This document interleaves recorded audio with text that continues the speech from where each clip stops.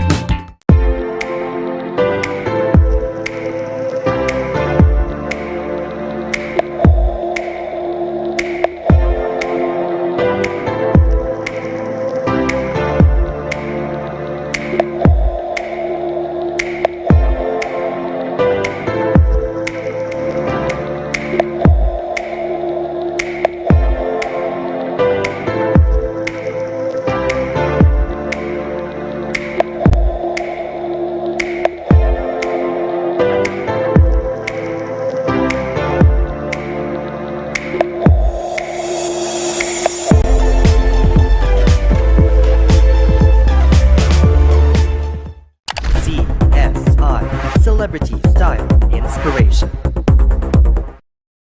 Hi CSIers!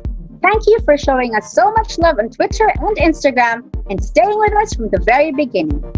We've been thrilled to keep trending on Twitter because of your support, but what we love the most is hearing from you. So do keep your requests, comments, and shout-outs coming. Meanwhile, after lots of planning to make the Manila Times Celebrity Style Inspiration better and better for you, we're excited to update you with our brand new format as we launch The Spill by TMT CSI Wednesday nights. This will be a short, sweet, but jam-packed showbiz news rundown to be hosted by lifestyle and entertainment reporters Christina Alpad and Iza Iglesias. Our Manila Times pop culture columnist and reviewer, Taryn Konowitz, will also join the girls in sharing her top movie picks for CSI Watchlist on The Spill. As before, the T-Zone interviews will stream every Thursday night at 8 p.m. with brand new segments, The Lip, our last Instagram post, and your voices, CSI Asks. So do keep a lookout for announcements across our Twitter and Instagram accounts if your favorite artista is next on our show, so you can send her questions care of CSI. With tons of exciting new content, don't forget to subscribe to the Manila Times YouTube and Daily Motion channels, leave a like on our Facebook page, check us out on Spotify, and follow us at TMT CSI on Twitter and Instagram. Keep on watching, CSIers. See you online!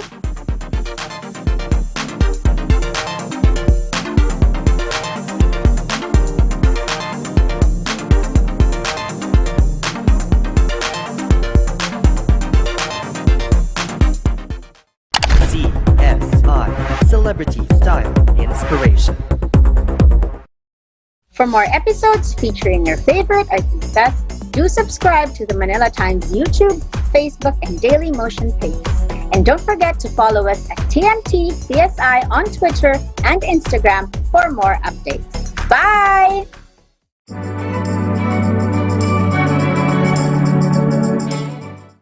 CSI Celebrity Style Inspiration. We've long waited to have this beautiful rising star in CSI, and finally, makakasama na po natin ang First Lady ng Primetime TV ngayon, the very sweet, sexy, and talented Sanya Lopez. Hi, Sanya! Hello po! Hello sa lahat ng Hello. Mukboy Lati sa Manila Times. Hello po sa inyong lahat.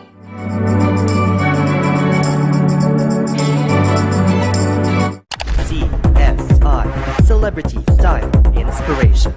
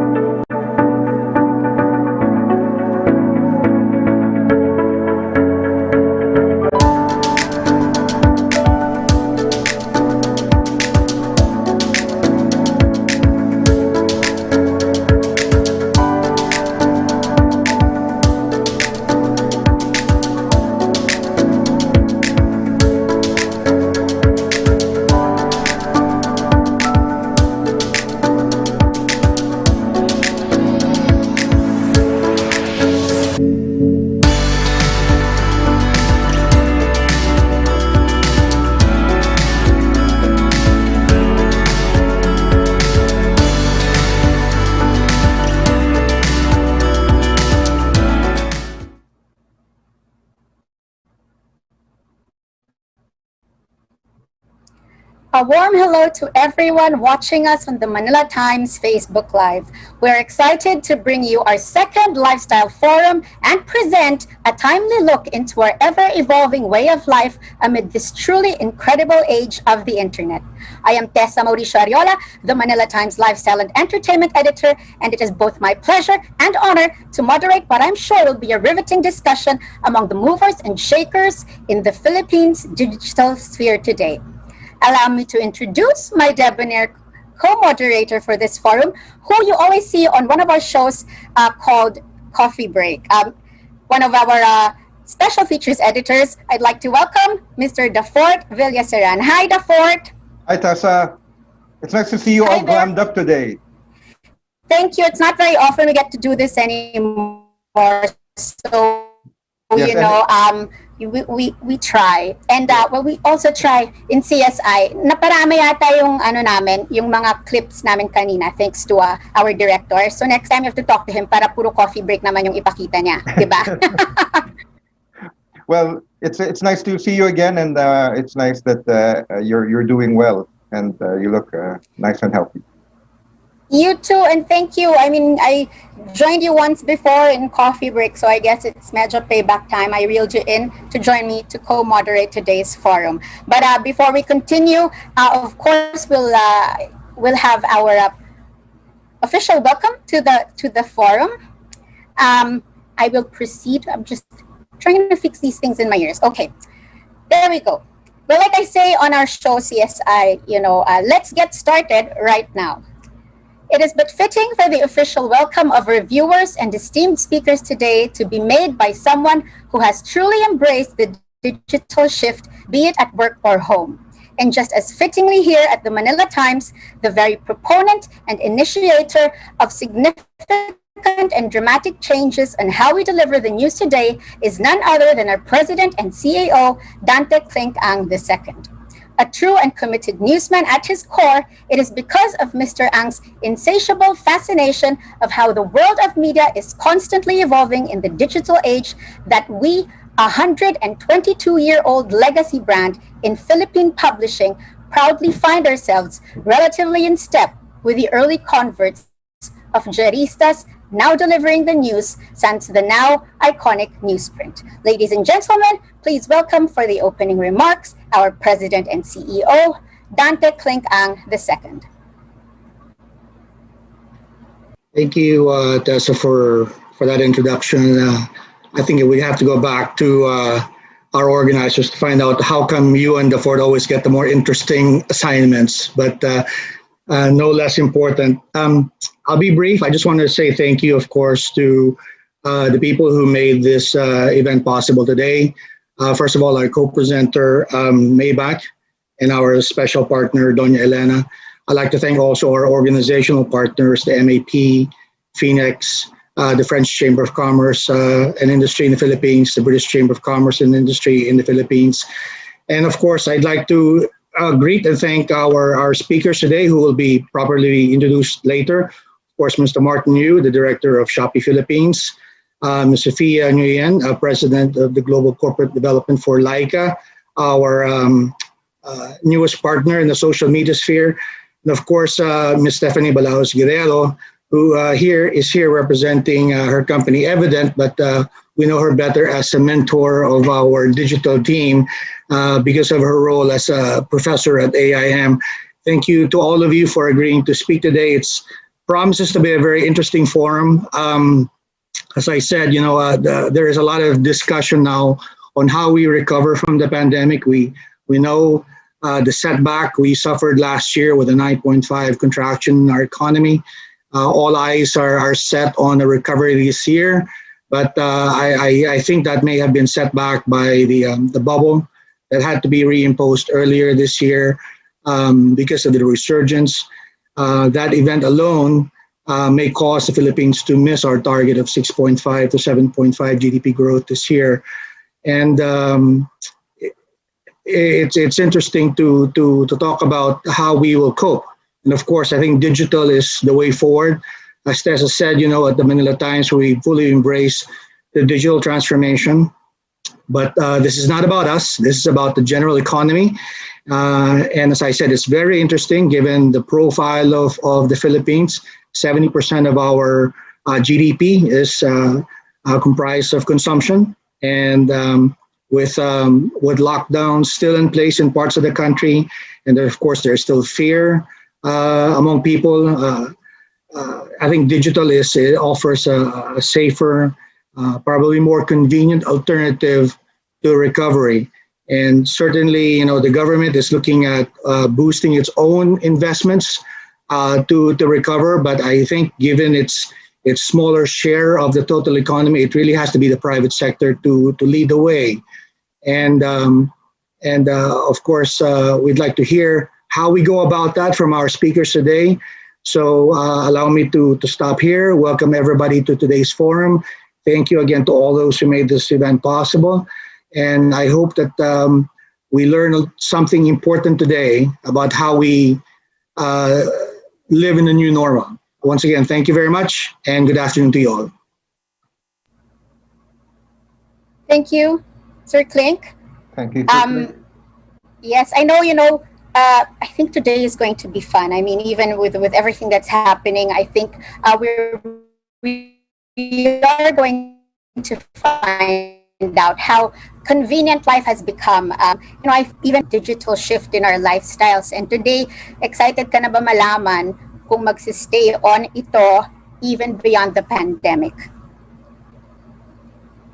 I think a lot of people are debating on whether, yes, a lot of people you can see are debating on whether this is just some temporary phase or it's something that's here to stay and everyone must adapt. So I guess it would be interesting to see how the speakers help us answer this question, not just in terms of estimations, but with actual figures and experiences and case studies that they can bring into the discussion. That's true. So without further ado, let's move on to our speakers. And it is a thrill for me to introduce our first guest speaker as a proud user of his company's e-commerce site. As main man and director at Shopee Philippines, he is responsible for leading analytics and operations in this territory. And lucky for his team, his celebrity looks and down-to-earth personality also makes him the perfect spokesperson for Shopee. Underneath the visuals, though, is an even more impressive background to Shopee Philippines director. Prior to joining the e-commerce site, he held various roles in Credit Suisse in the ever-forward cities of Singapore and London, making it all the way to vice president and fixed income strategist in Singapore. It therefore comes as no surprise that our accomplished speaker graduated magna cum laude with a dual degree from the University of Pennsylvania. He further holds a Bachelor of Economics from the revered Wharton School of Business and a Bachelor of Applied Science from the School of Engineering and Applied Sciences. And best of all, he and the amazingly innovative company he is truly proud to be part of has changed my life and the lives of many, ingeniously redefining the mirror digits of every month. 5566 and 1212 will always be national holidays in my book. Friends, please welcome the very popular director at Shopee Philippines, Mr. Martin Yu. Good afternoon. Thanks for that glowing introduction, Tessa. It's very nice to be here. So as mentioned, my name is Martin Yu. I'm the director for Shopee Philippines. And today I will be speaking about Shopee's role in empowering our customers and our community during this pandemic. I think Dante or Klink spoke a lot about where we are and how important this has become. But maybe before that, I'd like to give a brief introduction about Shopee. So next slide, please. So Shopee is the fastest and leading e-commerce platform, fastest growing in Southeast Asia, Taiwan, and the region. And very recently, we opened in Brazil as well. Our sustained growth over the past years has allowed us to extend our leadership as the #1 e-commerce in the region. Next, please. Shopee is part of C Group.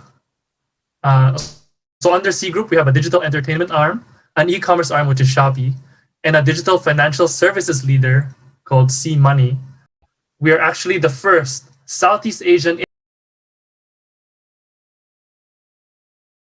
business of scale to be listed in the New York Stock Exchange. Let me talk about our reach on the next slide, please. Shopee is actually expanded to, well, there's 14 here, but there's 14 cities in the world, but there's, of course, a lot more. And I'd like to include Sao Paulo in Brazil. And I just want to highlight our headquarters is located in Singapore. Next slide, please. So I guess I want to highlight, and before we dive into Shopee's role during the pandemic, let's take a look at, how consumer behavior was before the pandemic. Of course, a lot of us still remember the times where mall and retail establishments were really the go-to destination for a lot of consumers. And of course, cash was the primary payment method. Yet, this pandemic, on the next slide, has actually created a lot of shifts to how we work and what we do day to day, and even how we conduct business. And as a response to these challenges and changes, Shopee launched a lot of new initiatives and worked closely with the community to turn these challenges into opportunities. So let me talk into some of these areas where Shopee turned some key challenges into opportunities. Next slide. First, I'd like to talk about people. Next slide, please. So our people is basically one of the core things we had to look at. Next slide, please. So Shopee is made up of really young, energetic, and vibrant team members.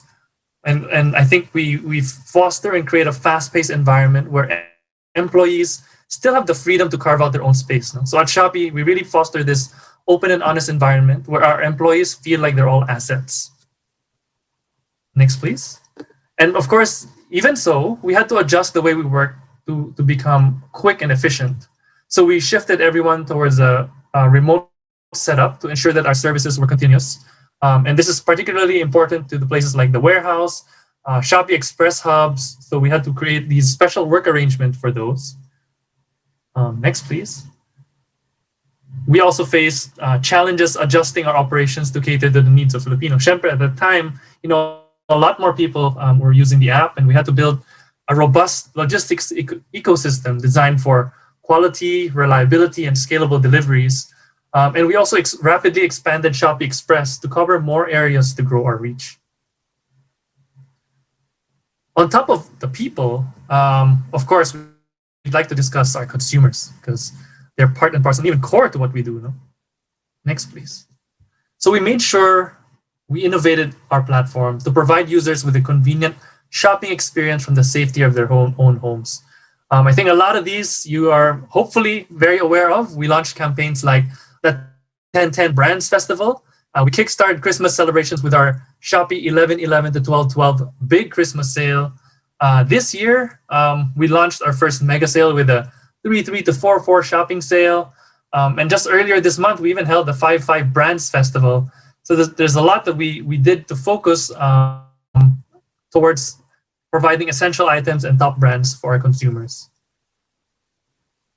We've also partnered with different brand ambassadors we felt that embodied the voice of Shopee. So for the 11/11 to 12/12 Christmas campaign, we partnered with Chris Aquino, and we launched our 3/3 to 4/4 mega sale with Willie Revilleme. I mean, none other than Willie Revilleme. And for our 5/15, so 15 is our new big thing, a new 5/15 payday sale. Earlier this month, we introduced Alex Gonzaga as our new Shopee princess. Now I'd like to talk a little bit more on how we focus on innovation with brands. So with brands, next slide, please. We partnered with the likes of Google Ads to launch Google Ads with Shopee. This was a first of its kind solution to drive sales online for brands. We also launched the Shopee Media Agencies Partnership Program, or SMAP. This helped brands amplify their online presence on Shopee and scale their e-commerce business. On top of that, Shopee helped accelerate the growth of brands with a strong suite of marketing and operational services. So brands were able to leverage Shopee Mall as a critical growth pillar, and the users a lot of these user engagement features to reach their consumers better, many of which are highlighted here. Now let's talk about the sellers. Of course, sellers were pivotal during this period, and specifically the MSMEs. So Shopee, I just want to highlight, Shopee remains very committed to empowering MSMEs during this pandemic. And Shopee has a wide range of online tools to help MSMEs succeed in e-commerce. This includes our seller center. This is where you can monitor and maximize your sales. Then we have a seller performance system, which is a point-based system to help sellers track their own performance so they can know how they can sell better and make sure the buyers are very happy with their service as well. Next, we put a heavy focus, of course, on upskilling and training sellers so that they really succeed in this space. I think even for me and a lot of people, selling online is still new, right? So we have this seller education center. Here we provide modules, literally like lessons on how to increase sales, improve operations, and creating a bigger online presence. We also did seller masterclass. This was in partnership with DTI. A lot of this focused on effective advertising tactics and marketing tools to boost sales and establish a stronger online presence altogether. And one of the ones that I really want to highlight was a recent partnership we did with USAID for the Itaas ang Pilipino MSME program. And this really helped target business women maximize the use of their digital platforms. On top of this, we launched several initiatives to support sellers during this period. So I'll highlight the seller support package, which really helped over 300,000 local MSMEs transition to online selling, which included benefits such as lower commission, operational cost incentives, and increased sales and marketing support, which really were there to drive and help during the time they needed it most. We also had several Tatak Pinoy initiatives to help promote various local products from local MSMEs. And of course, these campaigns that we hold all year round are there really to boost sellers' goods, right? It's none other than the sellers themselves. So next, please. So of course, we're here to support sellers achieve success. We're proud to have helped countless entrepreneurs thrive in this new normal. So allow me to share with you a seller who found success with the help of Shopee. And this is, for me, this is one of our good examples was Lysel. So Lysel struggled with the sales of her physical store before shifting to e-commerce. But I think Lysel was one of those who was more natural as a salesperson. She liked talking and engaging customers. So Shopee Live was actually the part that gave her that perfect opportunity to engage with customers. So through Shopee Live, she interacted with customers in real time and continued to grow her business even from the comfort of her own home.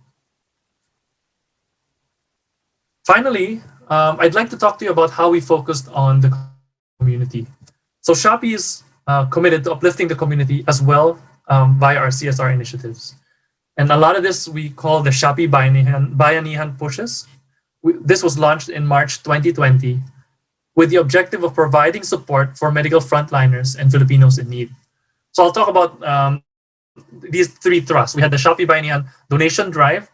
This was an initiative for the benefit of charities like the Philippine Red Cross, PGH Foundation, and many more. Then we had the Shopee Bayanihan Frontliner package. We launched this to support frontliners in the Philippines by providing them with various vouchers from the brands. This was really the stuff that they needed. And finally, the Shopee Bayanihan Pamaskong Pambata, which was a charity drive focused that started around late October to raise awareness on underprivileged children's plight. So this was in partnership with local foundations such as World Vision Philippines, Save the Children Philippines, and many more. And I think from here, so I talked about these 5 areas that we focused on. And maybe the question is, in this new normal, what does the future hold for e-commerce? I think vaccination is rolling out worldwide, and I hope a lot of us are starting to see the light at the end of the tunnel. But the impact of COVID-19 will continue to be felt in the ways we operate, I think. So what does the future hold for Philippine e-commerce? I think first, let's talk about digital payments. I think digital payments are quickly becoming the norm as they offer greater convenience and safety. Shopee offers a wide range of digital payment options to cater to these changes, including, of course, our own integrated mobile wallet, Shopee Pay.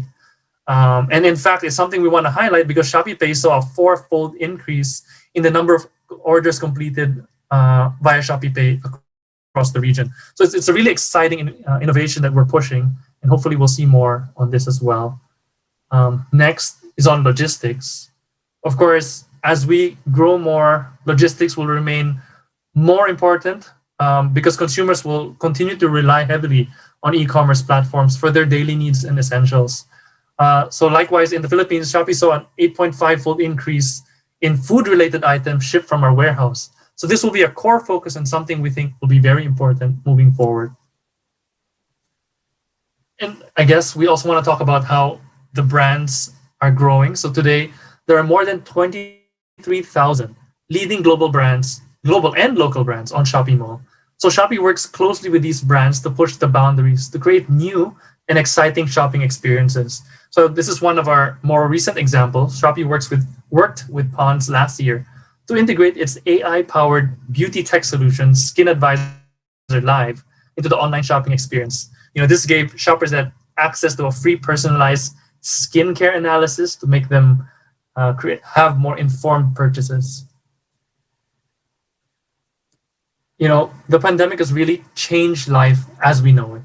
We've worked tirelessly to empower our community, to provide our consumers with easy access to their needs, and to support digital sellers. I just want to say we remain committed to growing our platform as a channel to extend help and support our stakeholders. Thank you very much.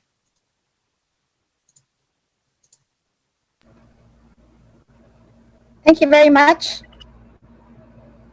Thank you very much, Mr. Martin. You, of course, director at Shopee Philippines. And, even if you already got me at 6.6 and the payday sale, it was really, really very interesting to find out the workings behind, the digital shopping lifestyle that we've all come to embrace, and more so realize the difference we're making in the community and how much more you can make our lives convenient, even after the pandemic. No, Ford, I think Mr. Yu has been an old friend of yours, a young old friend of yours. Yes, yes.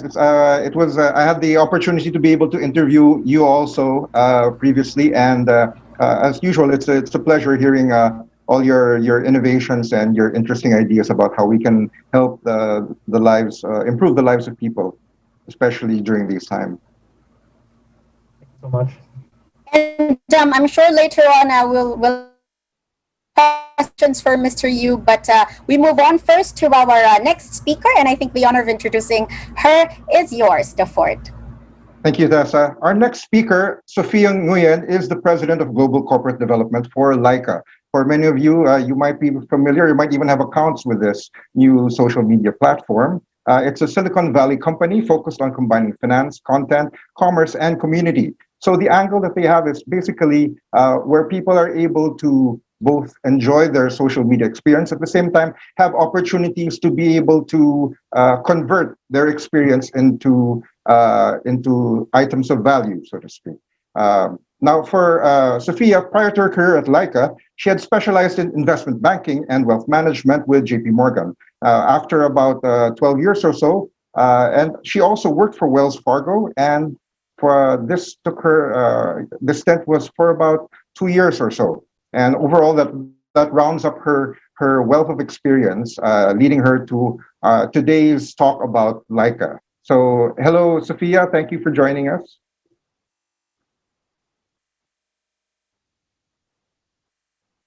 We know that you have a very busy schedule. Thank you so much for having me. It's such a pleasure. I just unmuted my mic. And as you know, this is such an exciting subject to speak about, especially when we're actually in the forefront of it. The thing is, as you know, the forced shift to the digital first environment during the pandemic was a prime example of what Laika did to redefine how we engage with our users and develop features which will be most impactful and beneficial for our merchants as well as our users alike. People were forced to look at different alternatives. It's no longer face-to-face. So if they want groceries or if they want goods, it needs to be sent to their home. So we made it a seamless cashless system in order for people to benefit from our deliveries, from buying from merchants, from being able to live their normal day-to-day life during the pandemic. The difference between us and other platforms is that we created a diverse and inclusive entrepreneurial type community. Currently, I believe we are all in the race of providing the most economical community in order to gain and retain customers' confidence and loyalty. We are pleasantly surprised. We were extremely surprised by the reception that we received from Like a Mall, from our cashless system, for our Ultra Rate, from all the different features that we put in order to benefit our users. Sophia, can I ask you just to sort of orient some of our viewers who might not have even experienced the platform at all, or who may have clicked on it and just made a cursory inspection but did not actually create an account. Could you share with us just a brief idea of how different is what would be interesting for them, or what the initial experience of creating an account for themselves would be like? Well, what we do is we empower our users and merchants to create content through which they can connect with other people. We want it to be accessible, shareable, easily understandable, and also relatable. The difference is we actually help our users and our merchants monetize their content by being on our app, by being active, by being socially on here, and we contact with many merchants, like over 8,000 now merchants all around Manila and the Philippines as well. So you could use our gems, which is the currency that we currently use for that. It's just a platform where you can create. We actually want it's all about community, and we want to create a community where you're creating really, really great content, and you're actually earning from your data. We don't sell your data as a company. We actually share in the revenue with you. So your data should never be given away for free. This is your data. So what you put out into the world shall be yours, and we will help you monetize on that. And that's the difference between Leica with regards to other social media platforms. I can't hear you, I'm sorry. Please do. Thank you for that, and please do continue with your talk. Okay. Yeah. So as you know, social media has been in the forefront recently, especially during the pandemic, because of the digital gap. It's like the digital gap, and also it's for people that do not have the internet, and now they do. So we're bridging the gap between the people that do not have internet and the people that do. And with the growing market of everyone being in e-commerce, like ordering from home, that's like the new way of life now, where we feel like we are in the forefront for that, and we're making it easily accessible for everyone to be able to use this cashless system. As you know, 50% of the world is unbanked. So it's quite easy, and it's quite rewarding to be able to use what you earn just with your mobile phone, scan the QR code, and be able to pay for it in lieu of having to carry cash around if you do not have a bank account. So that's differentiates us from other companies as well. Then we also have other factors. Do you have any questions with regard to that? Well, we'd like to just know more about how people can really feel comfortable with getting on board with the platform. So it's all about the passion economy now. It's all about everyone can make a living working from home, doing what you like, producing content. Someone's going to buy it, correct? And we want to actually promote that. We want people to be able to earn extra income using the social media platform by creating their content and being able to distribute what they feel is necessary, and then they could reach out to other people as well. We have different avenues with regard to the structures that we have. And we have, say, for instance, like a game. As you know, esports is one of the major things right now. Everyone goes on esports to play games, things like that. I believe they spend 62 minutes a day on esports. And that's one of the factors we have with regard to like a game. So it's like a whole community base. It's a community-based system that we have. And it's a social media platform, yet it's also a cashless, seamless system that you could have in order to connect with merchants, in order to connect with other users, in order to connect with everybody else that's in your avenue. What sets Leica apart from other social media sites aside from the gems? The thing is, we actually reward our users directly. We reward them directly.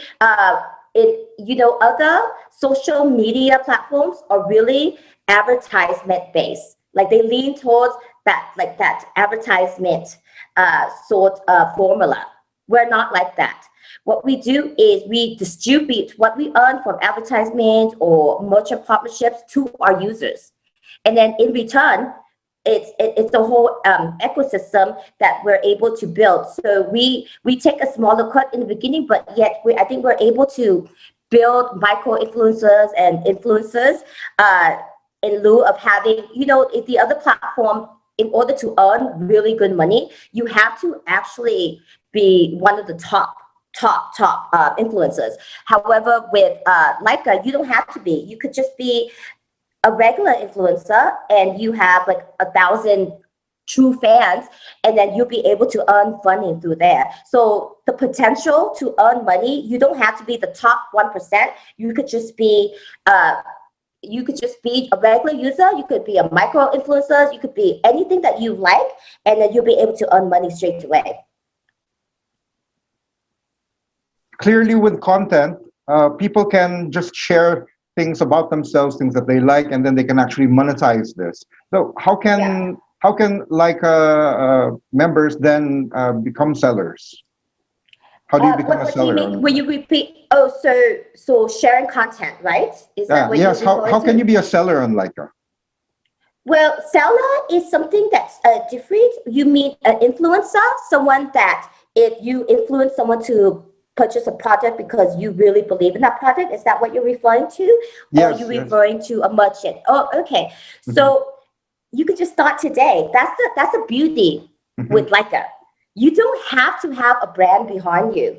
I've studied these companies, and I studied YouTube, and I studied Facebook. The thing is, you have to have a following, a base following with those other social media platforms in order to earn a certain level of notoriety, and then later on you start actually benefiting from it monetarily. Correct? Yet with Leica, you could start straight away the very first day. If people love your app, they could. If they love what you're posting, they could rate it, or they could give you a gift of ultra ratings, or they could give you gems, or it's just like you could start straight away. You don't have to have a base, and you don't have to have representative to reach out to different social media places in order for you to earn, sponsorships. And then that's how they earn money. They earn sponsorships, right? And they're sponsoring item. Yet that means you're actually your business person, and then you reach out yourself. With Leica, we cut out the middleman. You don't have to have a representation. What you do is you work directly with the merchants, you work directly with us, and then you would get rewarded for whatever you post directly. We don't have a middleman. You don't have to go to an outside third party in order to monetize on your content, basically. Yes, I guess that for some that's new. That's some interesting news for those who have actually begun their journey with Leica. they're slowly developing their content, making it better, and sharing it with people, and getting the just rewards. And then we have success stories. We even have stories about how you have celebrities who converted their gems into suddenly having their own vehicles, their own cars. Could you share with us any of your success stories or any interesting anecdotes about how people have really benefited from real hard cases of how Leica really improved people's lives, especially during this pandemic? Sure, especially, the most heartwarming story is the story where, someone's renovating their mommy's house with the money that they earn from Leica, just, rating different products, taking beautiful pictures, creating content. It's because people visit their site is because they want to see this quality content that they output into the internet, correct? Yes. So, and then there's many girls that purchase cars, and they did it legitimately. They did it through earnings from Leica, and they purchased their cars with Leica. The most heartwarming story, and I know I told this story prior before this, it's when he was doing freelance work, and he couldn't afford to even pay for gas. He didn't know what to do. It's because when you're doing freelance work, it's contractual.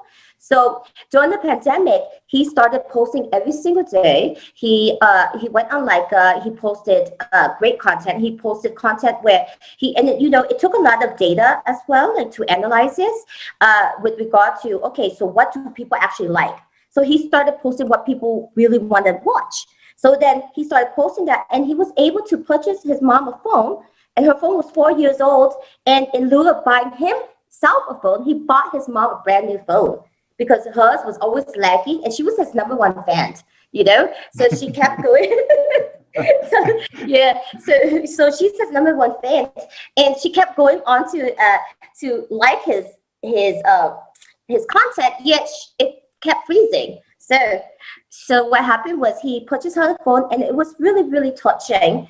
And he made a whole video of it. And those are just one of the few success stories. I mean, I know there's another story where a little girl, she was supposed to buy herself a laptop, yet she decided her mom shouldn't be watching. She likes Korean dramas or something like that. So she likes Korean drama. So she's like, her mom shouldn't watch it through the iPad. So she bought her mom a big screen TV, like a 50-inch. And she saved it up for so long. And she does a really, really amazing artwork. I'm proud of her, that one. So there's just so many different stories. And, it's really heartwarming, especially during this time when you expect people to not be so open yet. I think we're at the brink where we are open with each other, and we're in the same boat, and we're at the end of the pandemic, hopefully, fingers crossed. Yet, I really don't feel that the digital shift would change even after the pandemic. It's so convenient. Why would you go back to your old self? So that's how I really, really feel with regard to the digital shift and the digital gap. I feel like, the internet is growing significantly, right? And also mobile use as well. So, I mean, right now it's like a $3 trillion market. So you have to really consider that in that regard. And so who knows? I'm really excited for when the pandemic's over, because I really want to see how these companies are able to structure themselves and to be able to adapt towards different things. And I know Leica has, we've been looking at different avenues, and we've been looking at to see which features benefits our users and merchants the most. And then that way we actually achieve those more. And then we were more innovative in the sense where we're looking for different avenues and problem solving. It's all about problem solving. It's just like, how are you able to solve a problem solution based without having to complain? That's about it. Thank you very much, Sophia, for those insights. I hope you can stay with us for our round of questions after our next speaker. Most definitely. Actually, after all your heartwarming stories are a whole lot of other questions started coming in. It seems people really want to be able to Oh replicate yeah. those success stories. So, Oh so my goodness. please do hold on, and we have a ton of questions for you after our Thank third you so speaker. much. Thank you Yeah, very most much, Sophia. definitely. Thank you, Dolph. Our next speaker is Stephanie Baloyes Guerrero. She's had over 17 years of experience in digital marketing, brand development, and brand building. So very much in time with our topic today. But this is not only limited, this experience involves not just the Philippines, but also Southeast Asia and the United States as well. Our next speaker has worked with Unilever, Citibank, and startup companies such as Uber and Tim Hortons. Currently, she's the Chief Operating Officer of Evident Integrated Marketing and PR. And she's also professor at the Asian Institute of Management, where she is a program director for digital marketing programs and the School of Executive Education and Lifelong Learning. That's quite a mouthful, and it's a stellar list of achievements that our speaker offers to us today. So we have a wealth of information that we hope to be able to absorb and enjoy. Good afternoon, good day, Stephanie. How are you? I'm good. How are you? It's very interesting conversation. It's such a lively discussion we're having, and we haven't even gone to the Q&A. So, yes. our questions are blowing up here, so it's just a matter we're going to have to be able to juggle them together. So please do share with us. We know everyone's shifting towards digital. We know people have their behavior and their needs are adapting. But I think you're going to share with us something a little bit more concrete, a little bit more tangible, and therefore leverageable. Yes. So let me just quickly share my screen, and let's start with my presentation. So I'm going to talk about the digital shift and the Philippine shopping lifestyle. And basically, what I want to share with everyone is that the enhanced community quarantine started March of 2020, right? And that's when kind of our whole world stopped and suddenly we didn't know what to do. And then, a few months later, we realized that we have to go digital because at least, at the time it was the safest way to go. And what's interesting is based on the Statista survey, right? By May 2020, a big digital shift occurred in the Philippines as more people purchased online. So if you look at this part of my chart, right, more than 30% of all age groups purchased more online versus pre-pandemic. Now, the age group that had the most shift would be Gen X, so around 35 to 44 years old, and equally followed by, the millennials and also by, by those who are 45 to 54 years old. So that's very, very interesting, right? And it's really, really changed. Now, fast forward to this year, right? What does the landscape look like? So if you look at this now, by January 2021, more than 70% per age group has purchased more products online in the past month. Okay, so if you look at it, everyone, 70% plus.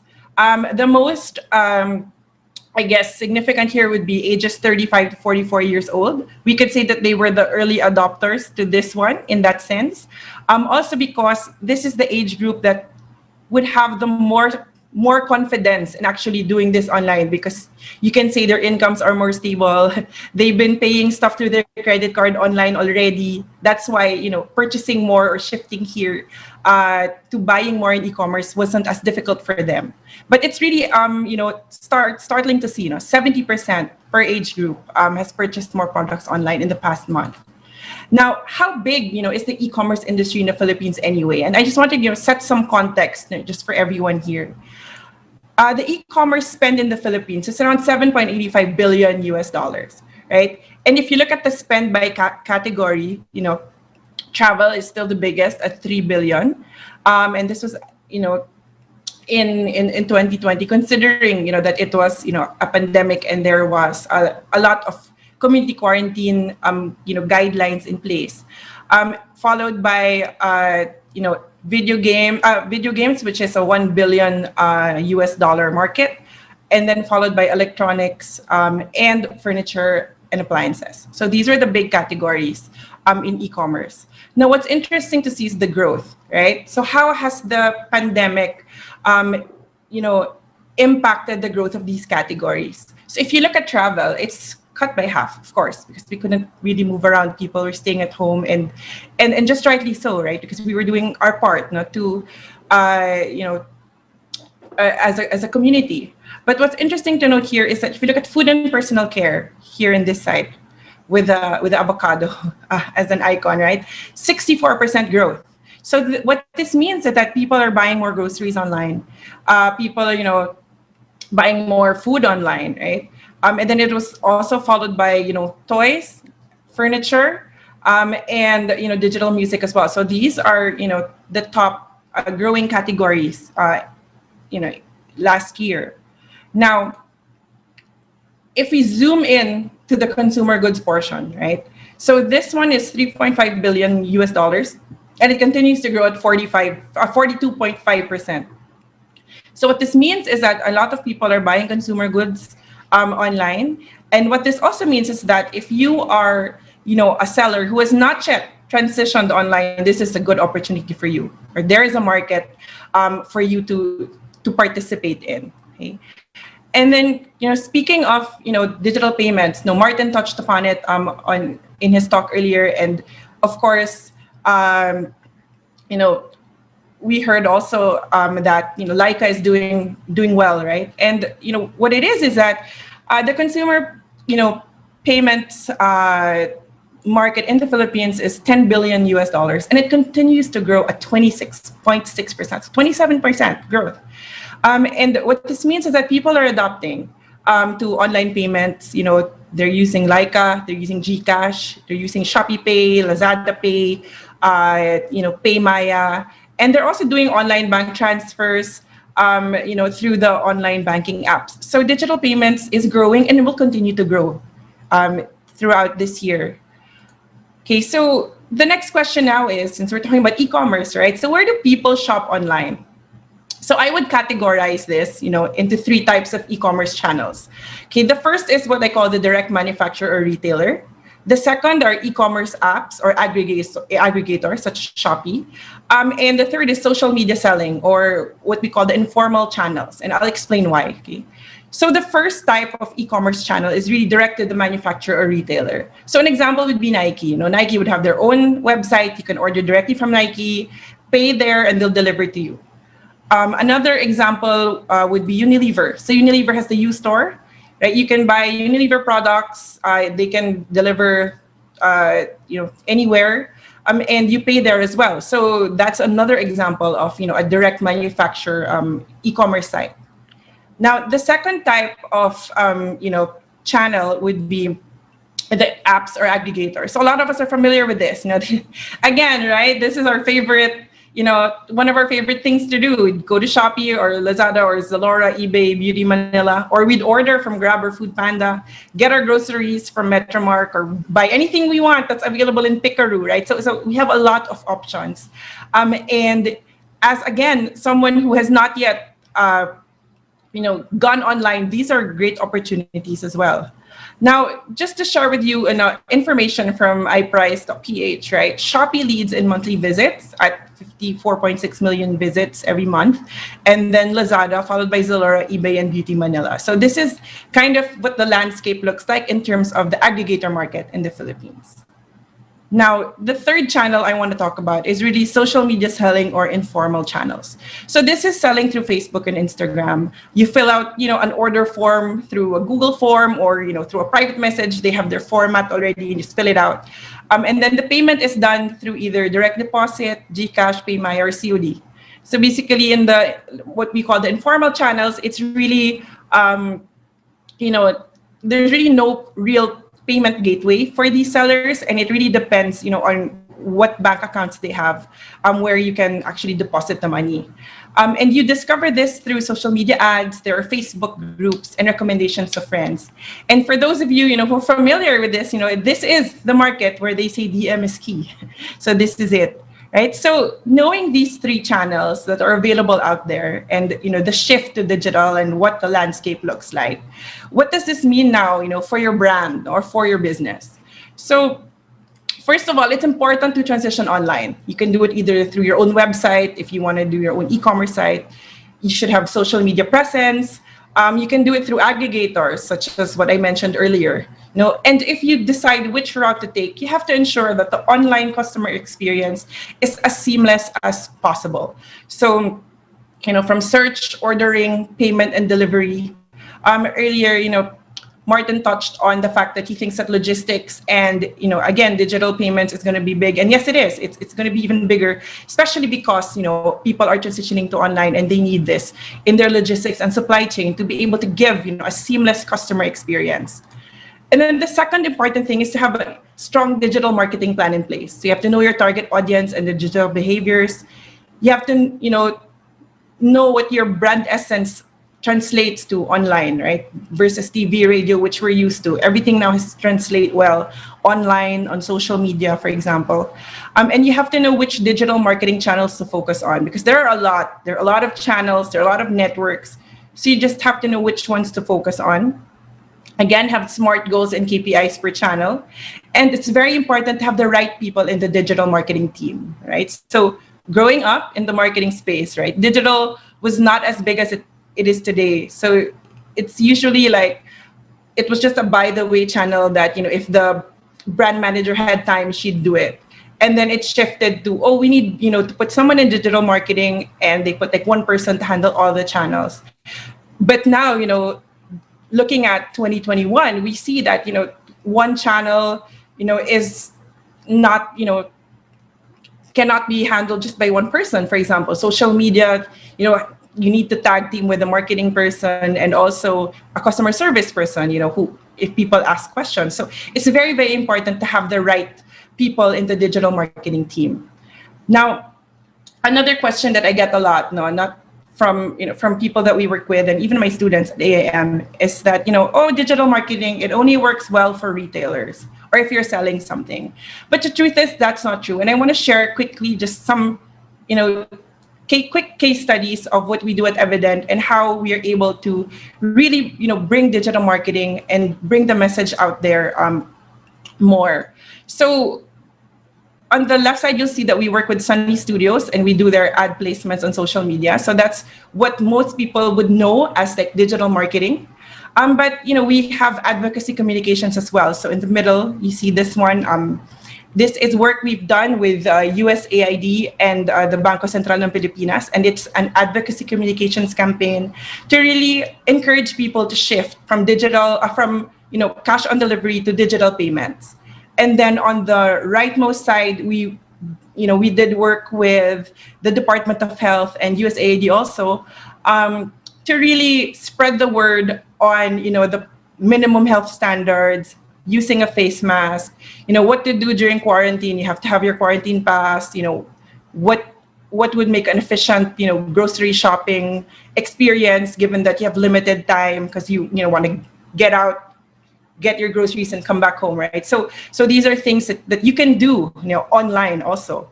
And lastly, we also work with an esports team, ONIC.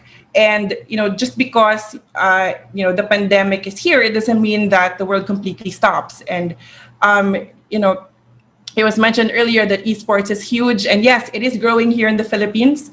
The Mobile Legends Philippines League is ongoing as we speak. And, we work with ONIC on that. And it's very important to note, that given, the economy, e-commerce, it's not just really retail, but there are lots of different, economies and markets that you can participate in.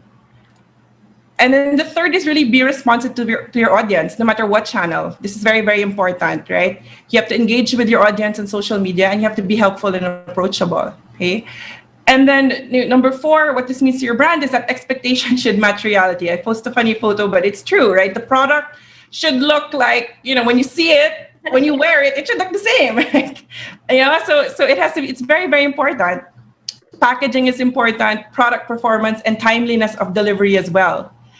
And the last thing that you have to look at, as a brand is that you always have to keep learning.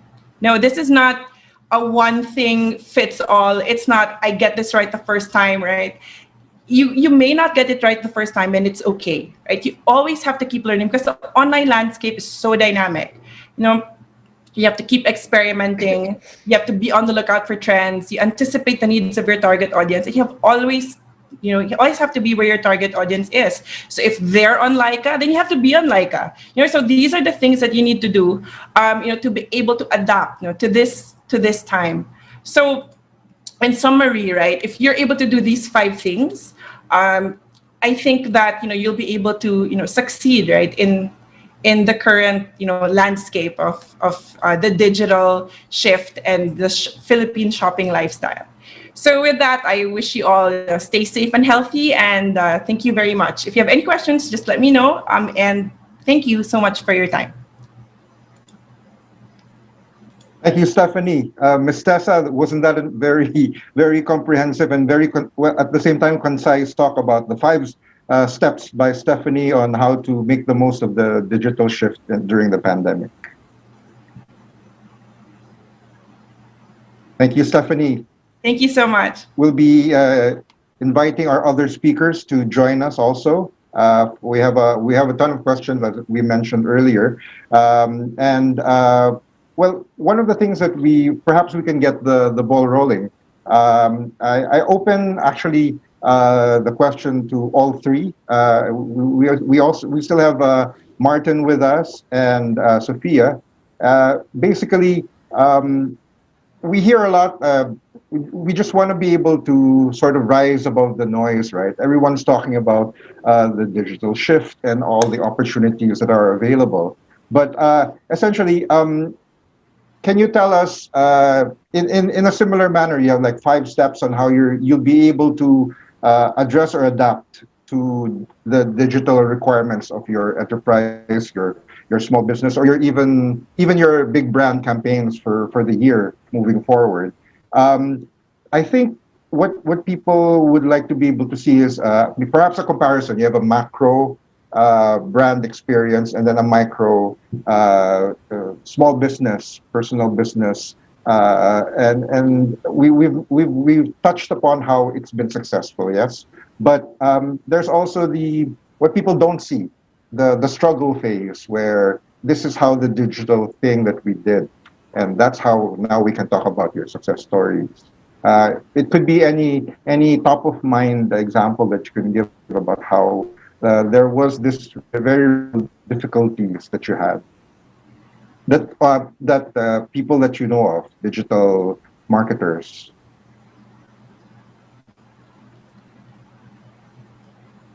Martin or me? I think Martin. Either.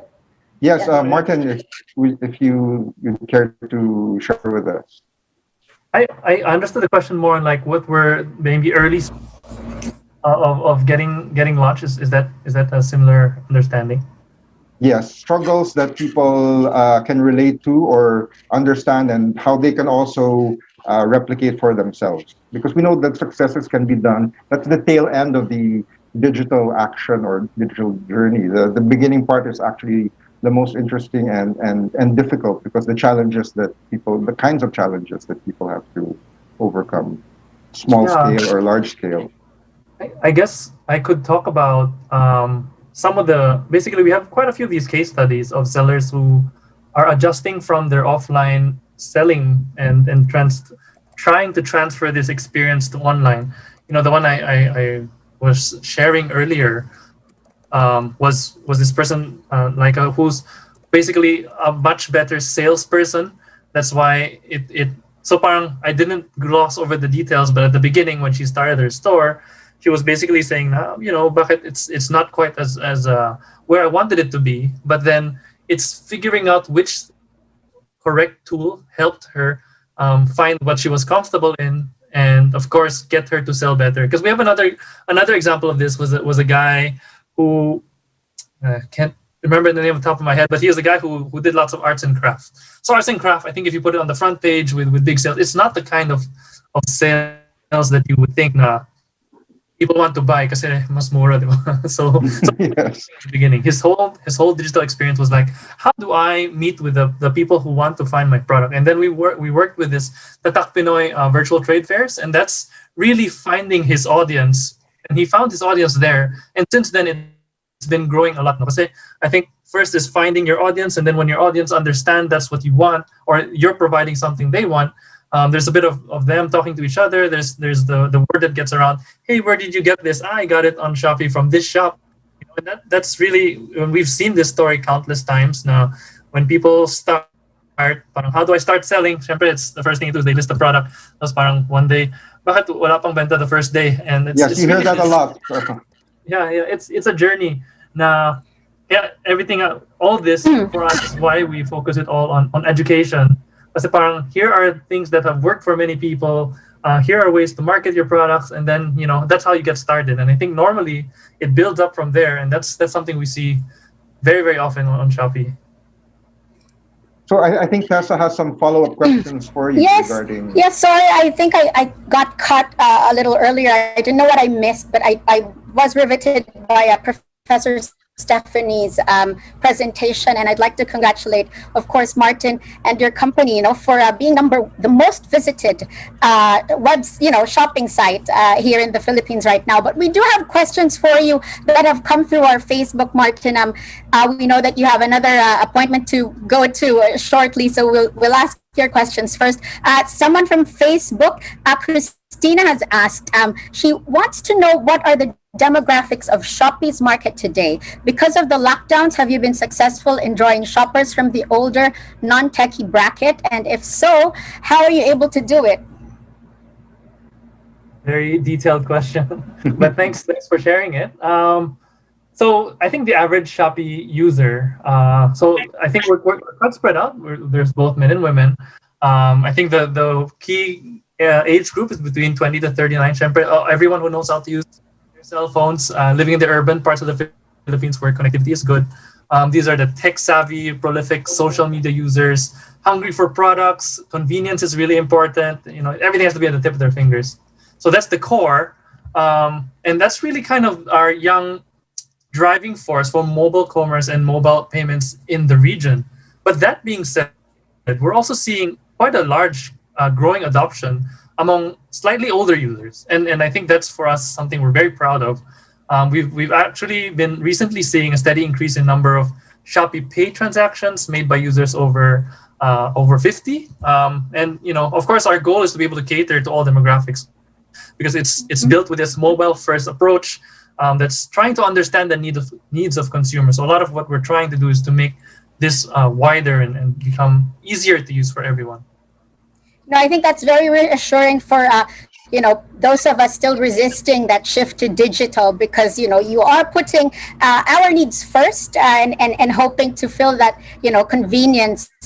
And I just wanted to ask, well, this is my question, and I think it's a question also of 50-year-olds and above who are on Shopee. I'm quite several years away from 50, but I'd just like to know, sir, do we really get more value for money using the Shopee wallet? Syempre, tips naman yung hinihingi ko for our digital lifestyle. Do we really get value for money when we use the Shopee wallet? No, so again, another very good question, and I'm a user myself. I use it. So I think our free shipping promotions are very, very popular, especially now when more people are staying at home, and it allows them to buy what they need without having to worry about this additional shipping costs. So Shopee Coins, I just want to highlight also, is one of the most popular offerings. It offers a lot of cost savings when people buy on Shopee, and Shopee Coins is something that can be accumulated in various touch points on the platform. So you're talking about the wallet, but on top of the wallet, with vouchers, you can actually get through in-app games and making reviews on purchases. So basically, you can end up doubling your savings when they use the free shipping nationwide, and then they look at it on Shopee Mall, and also looking at the promotions that are happening day to day on our double sales and payday campaigns. And just coming back to your wallet question, so we did launch a Shopee Payday, where users can look forward to exclusive limited time deals and promotions, including free shipping and coin cashback. So that's the stuff I was talking about earlier, but it's very specific to Shopee Pay. And more recently, you can actually use the Shopee Pay in Pure Gold. And I'm not saying online. Now you can go to Pure Gold and check out with Shopee Pay, and you can get 20% cash back when so the short point is, yes, of course you're getting value for money, and that's on top of the convenience that we're really pushing for. My husband loves that Shopee wallet thing because he always tells me just put in what you can spend and do not go beyond. So it also helps us check on the money that we spend, because talagang addictive ang pag-shop online, and but I think what makes it great is the fact that hindi na lang mga like gadgets or like things for the house, but groceries, as you were saying, Martin, are also part now of the online shopping lifestyle. So how does Shopee guarantee your users? Because when it comes to groceries, you kind of need it right now. How do we guarantee sort of the delivery, the promptness of delivery when it comes to this need of the market? So that, I think that plays to the logistics part that I was talking about. But sorry, just to be clear, yung grocery part, so I'm saying even in Pure Gold, if you go there, and it doesn't have to be online, you can go to the Pure Gold and use Shopee Pay to check out on the counter. Over there, no? It's real time. So that's really an exciting new thing we're pushing for. But I guess when it comes to reliability, so we want to talk about Shopee Guarantee. So when someone makes a purchase on Shopee, I guess they should have this comfort that what they pay doesn't go to the seller until you receive the goods, and you click that button, order received, and that really gives you this feeling of security. Now, that I'm safe in this transaction, and the outcome is that I will wait to get my product. And of course, the other half of that is the logistics, which and even Stephanie earlier, it's really the important next steps for e-commerce, and we're working really hard, and I tell you, it's taking a lot of my time to make this a better experience. And that means Shopee Express expanding coverage, Shopee Express making sure that the deliveries are happening faster and on time. So really it is important, and that's what we're doing. And we are getting there, and I do know people are like really having groceries delivered to their doorstep now. But we all have another question here from Facebook. I think this user Dominique, she says that she loves the fact that it truly is a lifestyle to be a user of Shopee. She was, talking about the events that you've actually mounted in the past year, and then your games on the app, live feeds, and all that. In itself, that is a lifestyle, no? So I guess she wants to know, is that really the intention of Shopee to be able to sort of, offer not just what's sold on the platform or an opportunity for people to sell, but a lifestyle in its entirety, sort of. Yeah, it's amazing because I really wanted to spend a bit more time talking about this aspect of Shopee, because we look at the Philippines. Philippine shoppers are very social. It has 90% of transactions are ordered via mobile. A lot of people are using apps like Facebook. And they're always basically, I think the people on Facebook is more than the people that are online. So, maybe some people have 2 accounts, but basically the Philippines is an incredibly social country, right? So we highlight, and probably why our strategy went this way is because we see a lot of demand for engagement and entertainment when Filipinos shop online. So I'll name a few.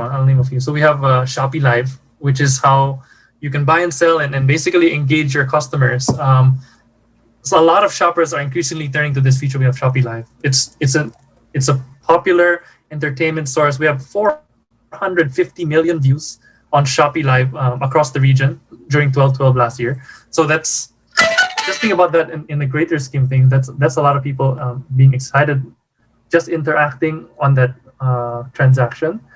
We also tried to do a lot more in-app games, and that's focusing on people who like playing games. I think I'm probably one of those, and people like to play and interact with each other. So we had 2.7 billion plays for Shopee games across the campaign season last year. And one of the more popular games called Shopee Farm, I don't know how many of you have tried it, had over was played 7 billion times across the region in all of 2020. So that's really quite impressive numbers, and it shows really that it's what people want, and that's why we're moving our strategy this way. to know, and I know that you've also got something big happening for 6/6, and a celebrity also that you'll be introducing. But I don't know if we can give them any hints. But thank you, Martin, for joining us. We know you're very busy, and thank you also to our other guests because. We were told that Martin might have to go in a little bit. We thought we'd read out the questions that have come for him already. So once again, our thanks to Shopee, and we love to hear it all the time. Free shipping, Shopee, free shipping. Keep them coming, and congratulations on all the success. Thank you so much. Thank you, Martin. Thank you. Then, so before we do move on to our lovely and intelligent ladies here that are also making such major changes in the way that we live our lives, at least. And also, of course, si Professora, who's very young also, letting us know of all of the advantages naman of shifting to a digital lifestyle, because obviously there are a lot of people who still resist going there. I was just wondering for Sophia, it seems like Laika's coverage is really quite extensive. I mean, from shopping to the e-games as well, and all these things. I mean, is the experience, because I guess the best thing to do is actually go into the app, but is the experience quite easy enough for a new user to navigate? Yes, the experience it's actually extremely seamless. And that's how we designed the platform, to make it easy. The reason being, we're already not waiting for ads. When you log onto an account, or if you log onto your Gmail, you see all these ads. Even Facebook, you just see like these ads bombarding you. What we're trying to do is make the user experience more delightful by taking away like all the ads that's constantly coming at you. So we're trying to make the interface seamless. We're trying to make every single feature that you click on, and you could go through it, and it's just really concise, it's clear, and it's not messy. We want just like this really slick template where it's not just full of things that you don't want to see. You want to see certain content and things like that. We're making it extremely seamless. So when you actually, and I would want you to try it. If you go on the app, there's no advertisements on there, unless you want to see certain things. Unless you want to see certain demonstrations or demos with regard to the products that you're interested in, or unboxings. They're doing a lot of unboxings with their videos and reviews. So you can look at that, and you can look at the community, and then you could see how the community is rating that particular product. And then you don't necessarily have to go on, and all of a sudden it's just like, good Lord, all of a sudden you see all this advertisement from things that you clicked on prior. So we're trying to sway away from that. And I think this is the way of the future. We don't want to just go on your app and then you see all this advertisement constantly. And if you see it, it's that's true. Yeah, it's clean, and it's seamless. True. Yeah. I see you very much on this app. The fourth was mentioning. What, darling? I can really see Tessa being on this app. Because of our tie-up. I'll give you. Well, the Manila Times is available in Laika, so I have heard so many good things about it. And especially in the sense that you can actually monetize, content that a lot of people are doing that just as part of their lives already. So.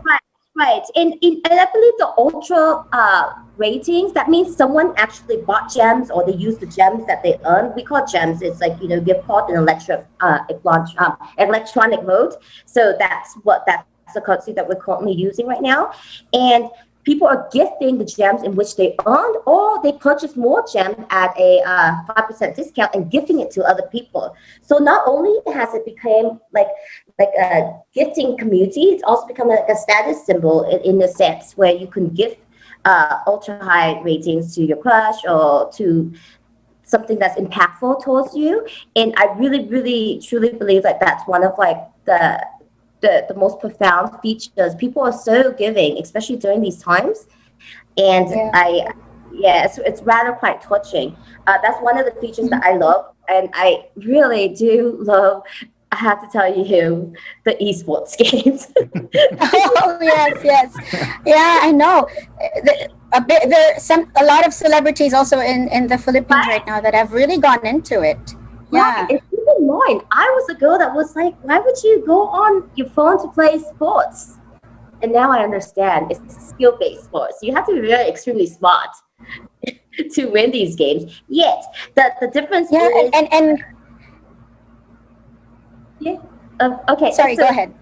So the difference between all esports games and, say, for instance, tournaments that you see worldwide is that not only just the 1% wins, it's the rest of the world, the 99.9% of the world. Even if you're not the greatest, you still have the potential to win if you play well, if you work on your craft, and you work on your skills, and then you just earn. It's not a chance type of sport. So I really, really do adore that one as well. Yes, yes. We're told that it is really the next sort of big entertainment industry. Esports is going into that direction, right? 5 billion by 5 years, and they said perhaps even higher before 5 years. It's going to grow to $150 billion industry just for esports, and this is just for mobile sports. These are global figures you're mentioning? Yeah. Mm-hmm. So in about 5 years, it will grow to $150 billion. Wow. And I would like to try that one day. I think like doing sports, sitting down is like my kind of thing. Exercise isn't. So like just being on your mobile, not sweating it out, but actually sharpening skills. I think that's great stuff. Yes. Therefore, you may have some questions on your.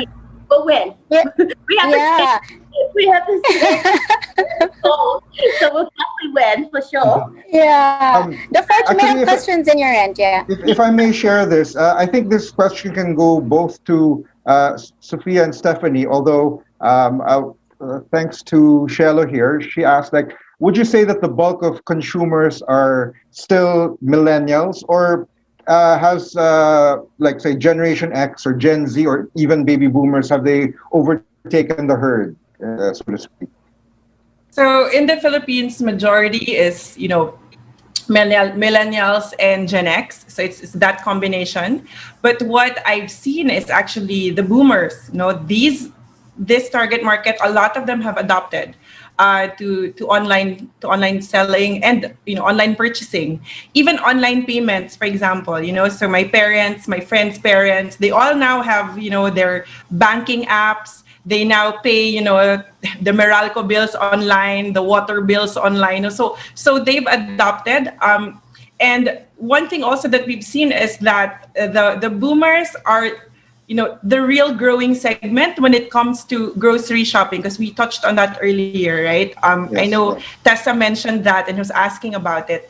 And what we found is that a lot of them, they're afraid to try. That's why if you look at it, the first adopters are really the 35 to 44-year-olds.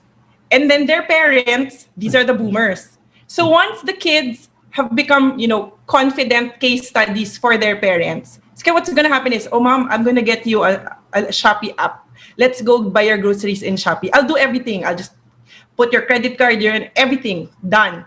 So they just need to try once. And then, once that convenience experience has set in, they order, it gets delivered, whatever brand they want is there, right? You'll find that, they'll be like, oh, okay, since the payment part. So what I found is that the payment portal is just the most difficult part for them to set up. Once that's set up, done na.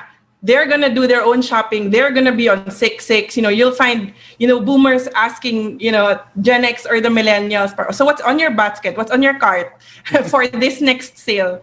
Because for them, they don't have to go out of the house to pay. It's all paid. So the adoption rate is very strong for all age groups. It's true. Although Professor Stephanie, I haven't really told my mother that it's really actually simple, because if I do all the shopping for her, the points go to me. So it's such a great thing that she's resisting it. But actually, the truth is, everyone can actually do it. And I think the best thing about it is these things really take up so much of our time. Like as working moms, or dads as well, and little errands that we have to do, because we can get to do them online. I mean, even post pandemic, I think we get to keep this, the time that we've really realized we cherish with their families, right? So I think I've really embraced it, the digital lifestyle, because of all the convenience that it gives you, and all the pluses as well. Yeah, just to add to what Yes, you said. So I'm a mom as well. I have two young kids. And just to share with how digital has really changed our lifestyle, right? I'm here talking to you, on the side, like something is, loading in one of my machines, my gadgets for my kids to watch, right? And then, right before this talk, I just booked a doctor's appointment again online, for the children, paid the bills. So you feel like, like not, stepping out of my seat. I was able to do all of those. So, you feel a little bit more sense of fulfillment because it's not yet 4:30 or 5. You've done everything you need to do. But I just wanted to ask, a follow up there. Were we actually really going this direction anyway? I mean, obviously the pandemic, sort of like sped things up. But I'm just wondering from this, the research that you've done, were we really on our way to this kind of lifestyle? Yes. And if you look at also the other research that has been done by a lot of people, we've really shrunk the timeline. It was originally, we should have gotten here, in 5 years, but we've done what we should have, been in 5 years. We did it in 2 years, and that's just Southeast Asia. Southeast Asia, I think, was able to adopt really, really fast. China adopted faster. They were the first on mobile payments. Like, 2 years ago, if you go to Shanghai, no one brings a wallet. It's just their phone, and they're just doing this, right? So we were really meant to be in this state. We were really meant to be in this direction. And I think, in a way, it's been good that we were able to crunch that and crush it in terms of timeline, because there are a lot of benefits, right? More time spent with your family, more faster ways of doing things. Before, you'd never really imagine teaching a class online, right? One of my first fears was, how am I going to look at all my students and my slides at the same time, versus in a classroom, it's so easy. My slides are here, my students are in front of me. So it's really adapting to that. But then, after one class, I'm like, oh, this isn't so bad. It just takes one trial to get it done. And I think, it will only get better in terms of efficiencies, since we are already where we're at now. Oh, it's really, encouraging for all of us to know that more, more developments should happen that will just really make life more easier for everybody. The Fort, any other questions from your end over there? Actually, Ms. Tessa, there's a question from Neil, and if I can ask both Sophia and Stephanie to give from their respective perspectives on how much of the e-commerce market or your targets you have so far been accomplished. What percentage remains for you to be able to tap? Well, the revenue for e-commerce is, targeted to grow to $6.5 trillion. That's the target just for e-retailers. And that's within maybe a couple years. And even before that, the market there is extremely vast. I think we're just at the incubator state with regard to convenience, with regard to how people are structuring their life. Just think about it. If you went to the grocery store, it'll take about an hour and a half to go there, pick up all your groceries and bring it back. Yet it only takes someone an average of 15 minutes to order your groceries and you have it delivered to your house. So the time versus value is significant. And I see that people are thinking that their time is worth more. So the value of the time is worth more. So you're saving on time, you're saving on convenience, you're saving on having to drive somewhere, you're saving on everything, you're saving on gas. So it's substantial when you really, really think about the convenience aspect of that. And then when you get used to that lifestyle, and especially now with the pandemic, we're forced to be in it, yet now we're able to adapt to it quicker than I think it would have happened without the pandemic. Yet with the pandemic, we're adapting really, really quickly to e-commerce, to online services, to everything is digital. So the digital gap is actually closing in significantly. And, you know, computing cost is declining about 33% a year. So it's making it cheaper and easier for people to have access to all these services. How about you, Stephanie? Are there any additional statistics or opportunities that you'd like to highlight in terms of e-commerce market opportunities? Yeah, I think what's important to highlight, and building on what Sophia said, right? It's really you don't have to actually sell something to be successful online, right? There are many creative industries also now that are there. You can be an influencer. You can be a sportscaster. Again, esports is, I'm big on it too. So I love that Sophia is as well. So esports is actually a growing business in Evident. And, you know, we are working together with Moonton, the makers of Mobile Legends, for their social media plans for the leagues. And there are lots of, you know, opportunities there as well, right? You can be, again, a caster, a creator. And there are also other things that you can do, like there are now virtual assistants. You can transcribe. There's a lot of like remote work available. So if, for example, during the pandemic, you lost your job, or let's say you were in the hospitality industry, you used to work in cruise ships, and now there's really not much travel, so you had to take a break. You can use your other skills. You can teach English online. You can be a virtual assistant. You can, do remote work, be a consultant. There's just so many opportunities. And that's what I want, the viewers here to understand, that, despite everything, despite the quarantine, despite the pandemic, there's still lots of opportunities. Actually, I'm thankful that you brought it up, because this was the actual next question from our viewer, Lynette.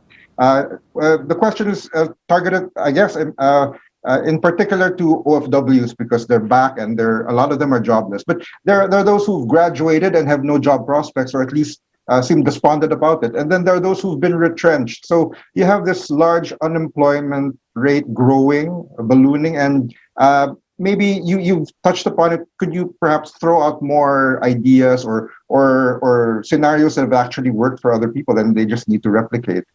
Yes. So one of the things that I would recommend is that, if you don't have a LinkedIn profile, please put one up, because there are lots of, opportunities there. There are lots of opportunities in sites such as JobStreet, Glassdoor, all of these, sites where people can look for jobs. These are available, and there are a lot of openings for remote work, so you don't really have to leave. Or you can, have your own show in Shopee Live. It's fine. You can be an influencer at Laika. These are things that you can do. But what I want to caution against is that these things, that creating content, that's a real job. It's not, I'm doing it today because it's fun, and then the next day you're like, I don't feel like doing it. No, these people are dedicated to their craft. Same as you're dedicated to journalism. I'm dedicated to purpose marketing and education. Like, content creators are dedicated creators. It's not that you wake up one day and you have 10 million followers, right? So, one thing you can do also is start at Laika. You don't need to have that many followers, but as long as you're able to translate well, in that platform, then that's an opportunity for you also. So these are things that I found people doing to be able to kind of wade through the pandemic, or at least waiting for their next real job, so to speak.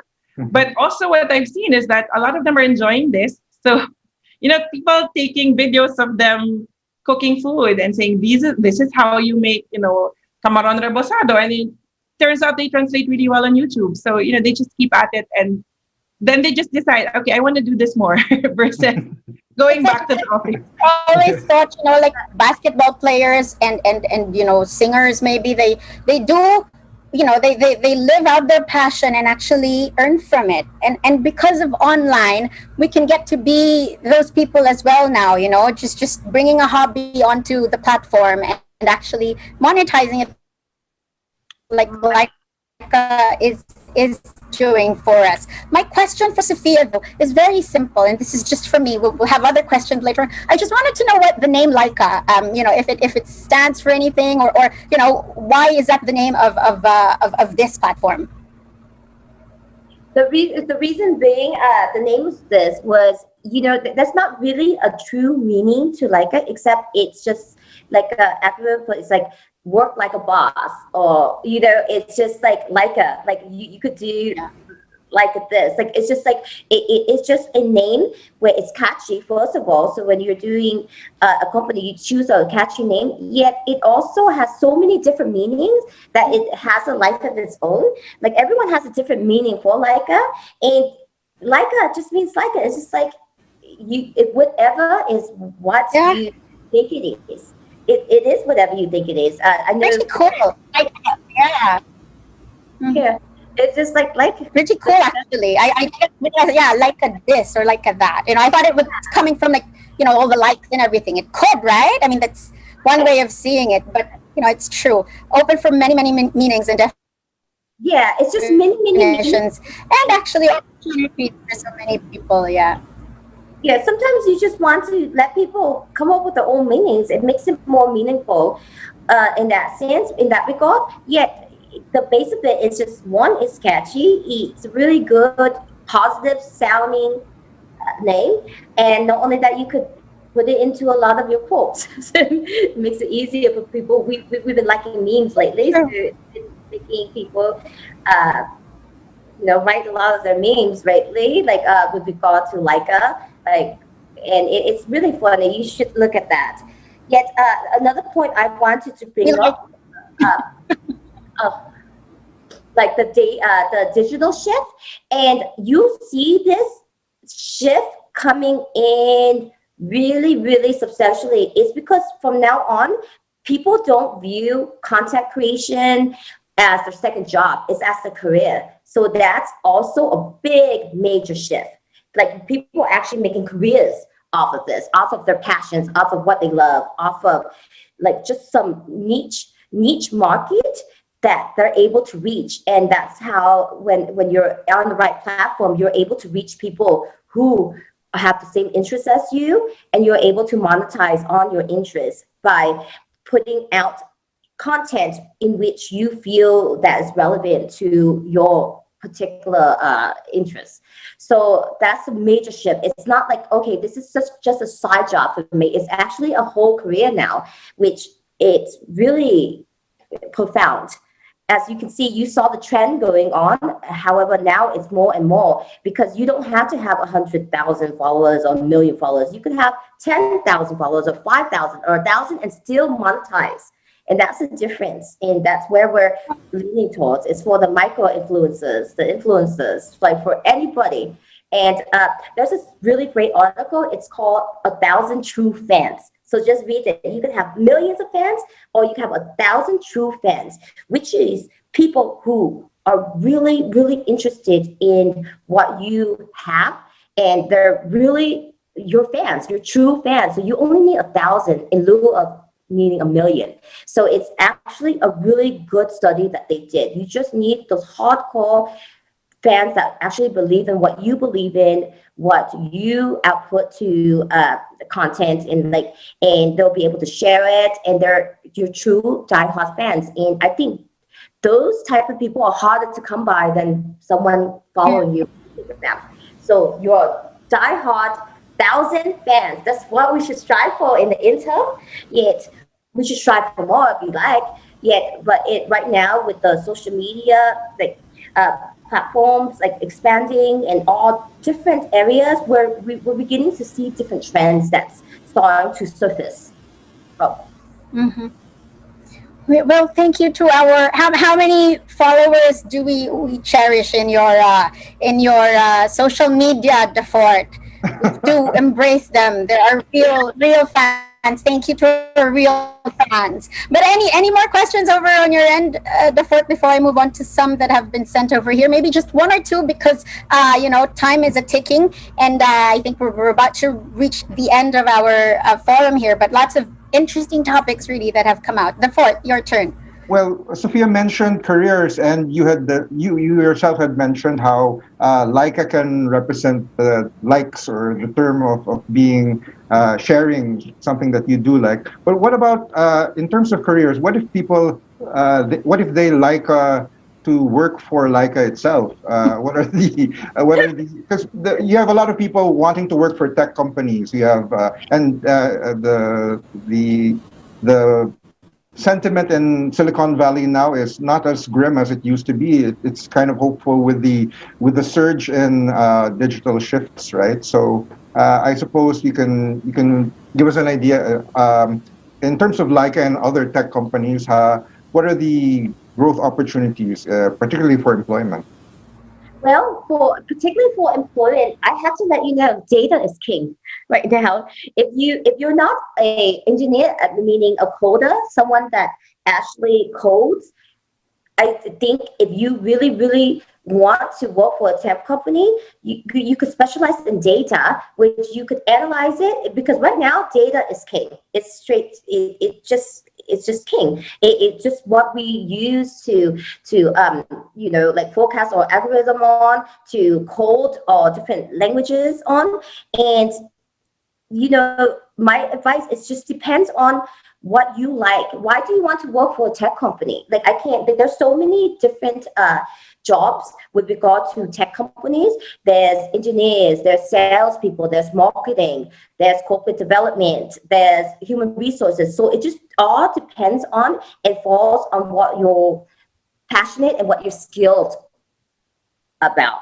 So working for a tech company doesn't necessarily mean that you have to have a tech background, even though it would help, because you have to understand exactly the market and exactly where you're coming to. Yet it depends on the job. Like, what are you good at, basically? Just like with any other jobs, like, if you ask me, how do you get a job at JP Morgan or Wells Fargo or Citibank? I say, what are you good at?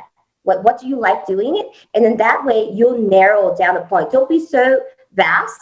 Just narrow down maybe a couple of things. Like, I don't expect anyone to know exactly what they want to do, yet have a certain a certain roadmap where this is your goal. You want to be there one day, and then you'll be able to learn different departments, and perhaps one department might be better than you thought it would be, and you'll stay in that department. I'm not quite sure. It's just like when people hear Silicon Valley, of course, we're at the mecca for tech, and I feel extremely fortunate to be able to live here and like be engulfed in the tech industry. Yet I'm more like of a finance major, and I jumped into this because I did sell tech companies before this, as a finance major. And so you have to know the logistics of the tech company, but I'm not a coder by any means. Yet I do love working for a tech company. The reason why, one, innovation. They're the only tech companies, I have to admit to you, the innovation is there. They're the one that everyone calls crazy, and they're the one that makes the changes, right? Like, you have to have like 80% crazy in order to make a really, really good, successful tech company.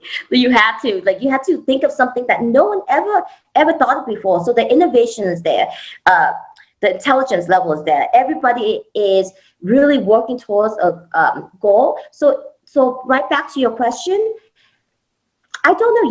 They have to really ask themselves, but why do you want to work for a tech company? Do you want to be at the forefront of innovation? And do you have ideas where you can improve what we currently have?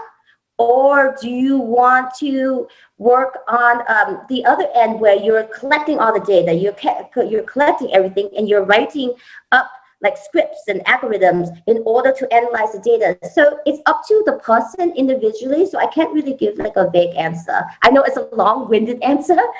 No, but it's very interesting. I think I can segue to Stephanie also and ask what kind of advice you can give for those seeking a career or opportunities in the digital space. Yeah, so, building on what Sophia said, right? You have to know what you want. You have to, do your research in terms of at least the types of companies you want to join, and not join a company or not apply to a company because you think it's cool, or, they have a playground, they have a slide. Like, those are great perks, but these companies, they do tough jobs. Like, it's tough to be a coder. It's tough to do logistics. So that's one piece of advice I would like to give those who want to move into at least the tech space. Now, in the digital marketing space, this is something that been springing up in the past 4 years, and what you really need to do or need to be as a good digital marketer or marketing practitioner is that you have to pay attention to all the details. As Sophia said, data is king, right? And digital marketing, that's not just ads, it's a lot of data. You look at the results of your posts, that's a lot of data to digest. You have to be able to understand and navigate through this so that you'll be able to be successful. So numbers have to be your friend. That's very, very important. But there's another side to digital, again, going back to the creator economy, right? You can be an influencer, you can be a caster, you can have your own show.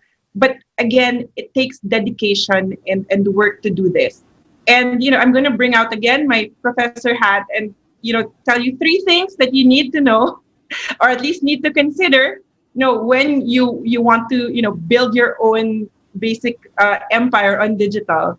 So number 1 is you have to look at the infrastructure, look at the logistics. Is it something that you have? If you are going to sell online, do you have the capability, or is an aggregator available for you to deliver the goods, right? Or if you want to be an influencer, do you have the right equipment? I mean, people laugh, but yes, a ring light is important. I never realized that until I started teaching online. A ring light is important. The laptop stand is important. A great webcam. Do you have the right equipment? So that's number 1. Number 2 is, do you have the right people around you to help you with this? Right? Do you have someone who can mentor you throughout your journey? For those of us who are much younger, do your parents support your wish, your career? Because for now, you might not have the money to buy the equipment, so you need, parentship to pay for whatever it is that you need. But you have to have their support. So people around you is very, very important. And the third thing also is budget. And we have to be realistic when it comes to putting all of this together. You have to make sure that you have budget in terms of money to be able to invest in the things that you need to invest, or at least find people who can help you invest. And you have to have budget in terms of time. These things take time, they take effort. It's not easy. I'm not scaring anyone, but I'm just giving everyone the hard facts.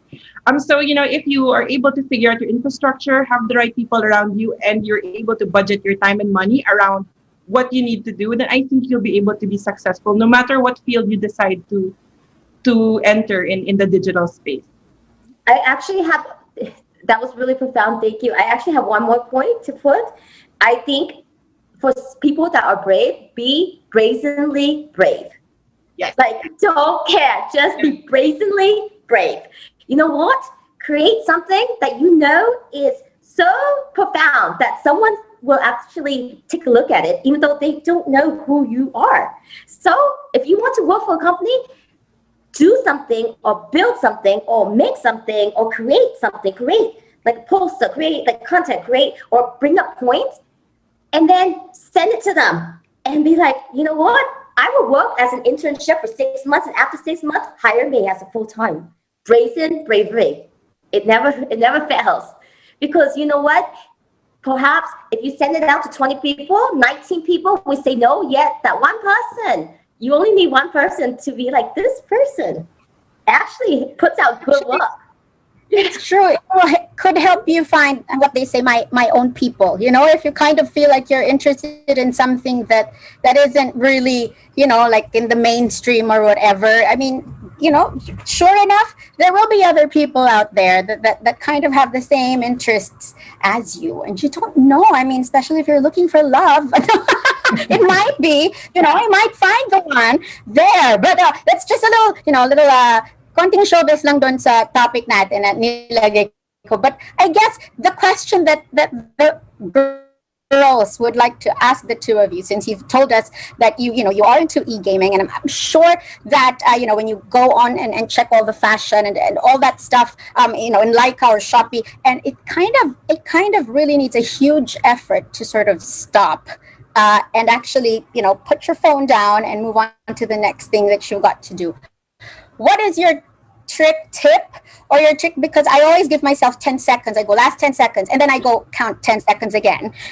How do you manage to sort of pull away from all these interesting things that are happening online? Because, at the end of the day, I'm sure you were all for sort of, balancing also use of technology and also, health and all that. In my case, I think it's easier for me to put down my phone. Again, I have toddlers. My eldest is 3. My youngest is turning 2 in July. So the moment they come in, even if I'm in a meeting, sometimes they join my meeting. And they have a schedule, so they know. Once they say hi, mom, I done. Phone is down, and I can focus on them. But one thing I am cognizant of is my screen time. I have on my phone, I think phones now, you can monitor what your screen time is. And it's really more for, I look at it in terms of more for my health. Obviously, I already wear glasses. I've been wearing glasses since I was young. And, I've been really trying to limit at least the screen time on my phone so that I can, live a healthier lifestyle and be more cognizant of the real world around me. So I think for me, that's my motivation, to be able to do my work and still be a mom at the same time, with the kids. And another thing also that I think will be very helpful is really setting a schedule. So, Sophia mentioned she's in finance. I'm an engineer, so I'm the type of person who has like a planner and a notebook. I still do that, even though there are lots of digital, things available. And I really, put in a schedule what my day is gonna look like, and I know when it's gadgets off, and I don't give myself an extra 10 seconds because I know once I start, I'm not gonna stop. So it's really, that kind of thing for me at least. Yeah. Okay. And I'm not gonna myself that extra. How do you pull away from all that's happening online?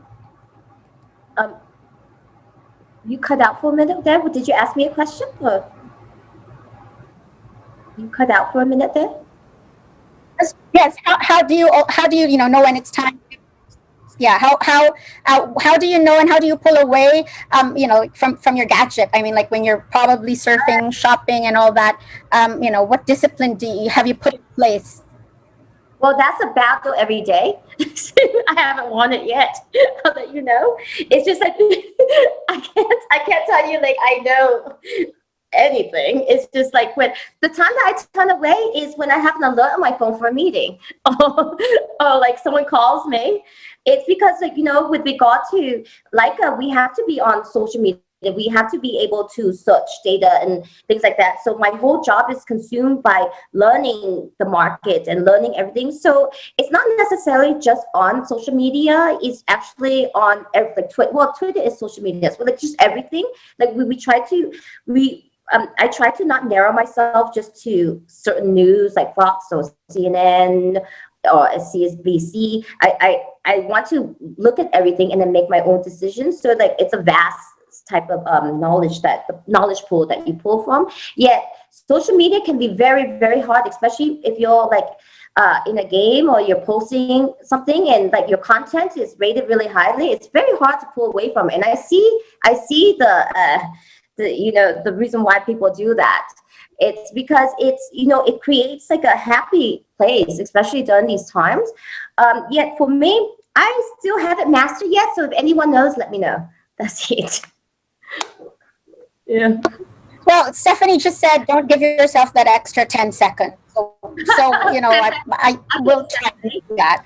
But, You might but, I mean, really, that you didn't expect. There might be something that you'll add to your cart in that 10 seconds. Always. Right? That you'll regret. oh, Actually, Tessa, we That's also true. don't have 10 seconds to spare. So, very true as well. Yeah.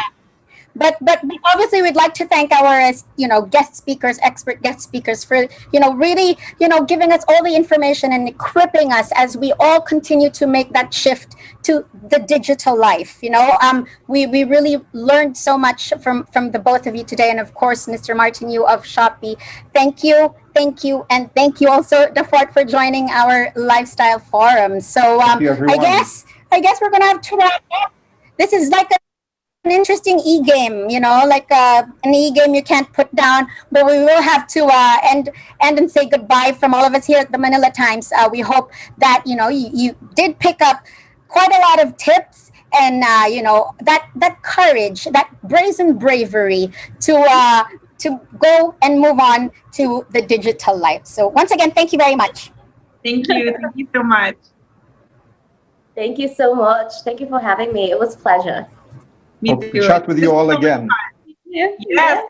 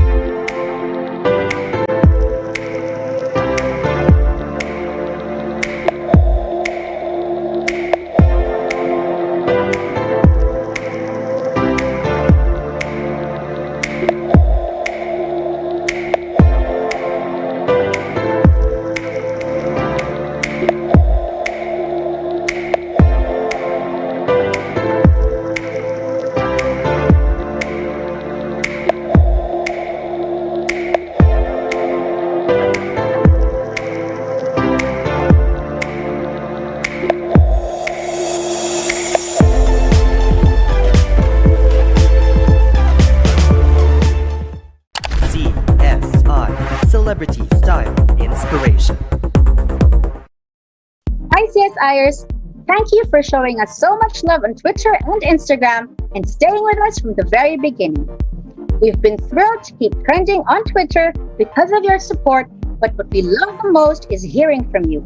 So do keep your requests, comments, and shout-outs coming. Meanwhile, after lots of planning to make the Manila Times Celebrity Style Inspiration better and better for you, we're excited to update you with our brand new format as we launch The Spill by TMT CSI Wednesday nights. This will be a short, sweet, but jam-packed showbiz news rundown to be hosted by lifestyle and entertainment reporters Christina Alpad and Isa Iglesias. Our Manila Times pop culture columnist and reviewer, Karen Konowitz, will also join the girls in sharing her top movie picks for CSI Watchlist on The Spill. As before, the T-Zone interviews will stream every Thursday night at 8 p.m. with brand new segments, The Lip, our last Instagram post, and your voices, CSI Asks. So do keep a lookout for announcements across our Twitter and Instagram accounts if your favorite artista is next on our show, so you can send your questions care of CSI. With tons of exciting new content, don't forget to subscribe to the Manila Times YouTube and Daily Motion channels, leave a like on our Facebook page, check us out on Spotify, and follow us at TMT CSI on Twitter and Instagram. Keep on watching, CSIers. See you online.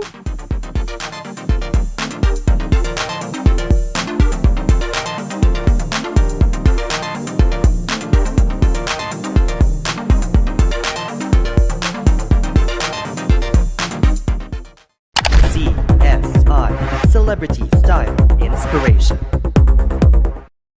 For more episodes featuring your favorite artistas, do subscribe to the Manila Times YouTube, Facebook, and Daily Motion pages. And don't forget to follow us at TMT CSI on Twitter and Instagram for more updates. Bye!